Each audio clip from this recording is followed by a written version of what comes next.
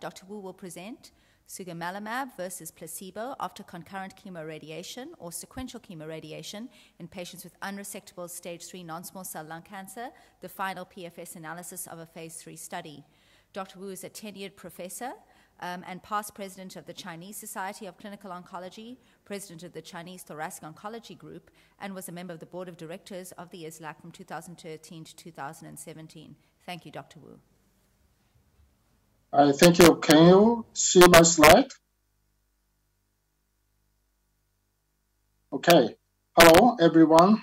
I'm the honor to attend the Praise the conference today to share the preparing the finally progress-free survival analysis of the Gemstone study.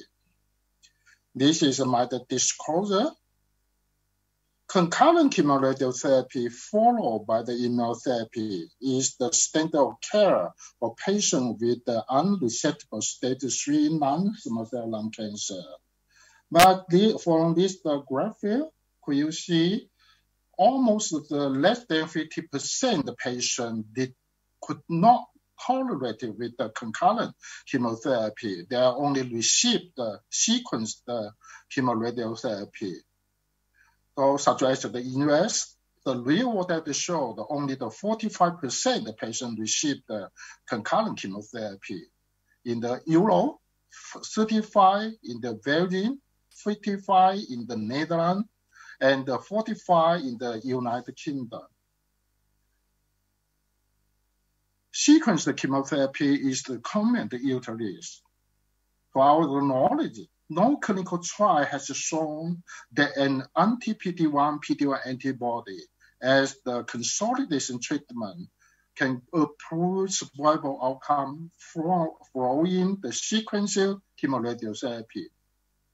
Gemstone 301 is the first phase 3 trial to evaluate the anti-PD-1 drug efficacy and safety in patients who received either concurrent chemoradiotherapy or the sequence chemotherapy without the disease progression.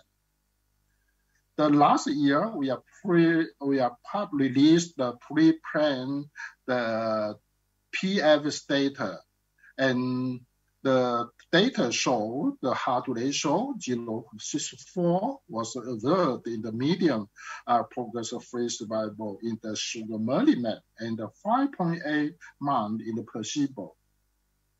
In June 2022, Sugemalimab was approved for the treatment of the patient with the unresectable stage 3 non-small cell lung cancer, whose the disease was not progression following the concurrent or the sequential platinum-based chemotherapy in China. Sugemalimab is the first antibody PD-1 monoclonal antibody approved for the stage 3 in the non-small cell lung cancer following concurrent or the sequential chemotherapy. It is also the only PD-1 monoclonal antibody approved for the both stage 3 and stage 4 of the non-small cell lung cancer. Let's move to the study design of the Gemstone 301. In this study, the patient with the unresectable stage 3 non-small cell lung cancer whose disease deemed progression after prior concurrent or the sequential chemoradiotherapy were enrolled. The equal PFS should be 0 or 1, and the patient with the non-sensitivity EGR or the lowest one alternation should be excluded. All the E0 patients were randomized in 2:1 ratio to either Sugemalimab or placebo group. The stratification factor is the prior chemoradiotherapy type, equal PFS, and total dose of radiotherapy. The primary endpoint is blind, the independent central review assessed progression-free survival. The second endpoint includes the overall survival, investigate assess the progression-free survival, overall response rate, duration of the response, safety, and so on. Final progression-free survival analysis was planned when the approximate 262 PFS event occurred. interim and the final overall survival analysis were planned when the approximate 175 and the 2,060 overall survival event occurred respectively. We also do the summed subgroup analysis. This is the graph show you the final progression-free survival analysis. And the detail, please welcome to my presentation at the later today for more detail. With the longer follow-up, the progression-free survival improvement sustained.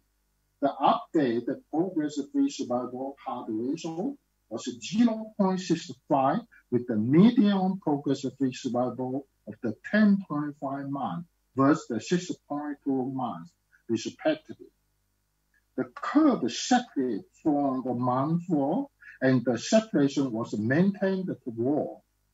The 24 months progression-free survival rate with the 39% versus the 23%, and the 36-month progression-free survival rate where the 26% versus the 0.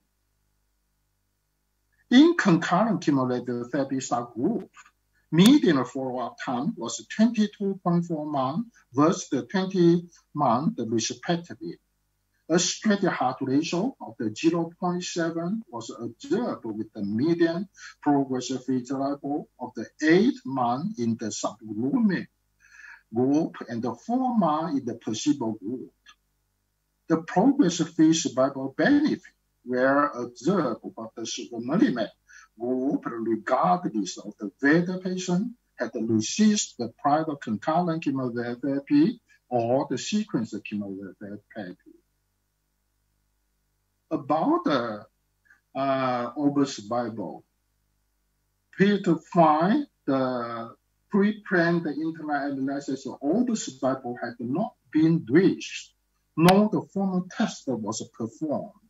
The overall survival analysis continued, showing a trend toward improving in the Sugemalimab group compared with the placebo group based on preliminary data. The straight hazard ratio was 0.69. The separation in overall survival curve was maintained throughout the follow-up, with the 36-month overall survival rate of the 56% versus the 30% respectively. With the longer follow-up, increased patients in the placebo group are expected to receive the subsequent anti-cancer immunotherapy, which will continue to affect the result of the overall survival. We have further investigated the progression-free survival and overall survival data in the chemoradiotherapy type subgroup. The progression-free survival and overall survival benefit were observed regardless of whether the patient had received the concurrent or the sequential chemoradiotherapy.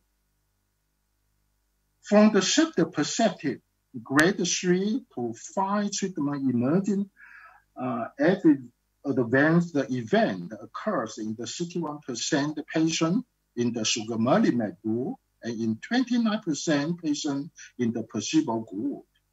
Based due to treatment emerging adverse event were reported in 4.7% of the patients in the Sugemalimab group and 2.4% in the placebo group.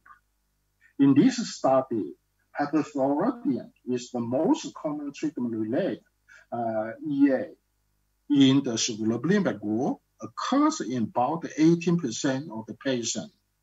Most of the treatment-related adverse events were grade 1 or 2.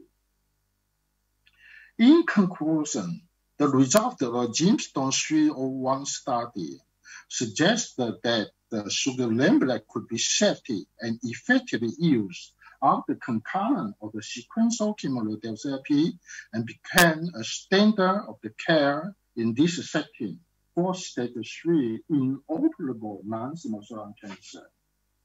Finally, I have to thank all the patients who participated in this study and the support from their family. Thank you so much. Thank you.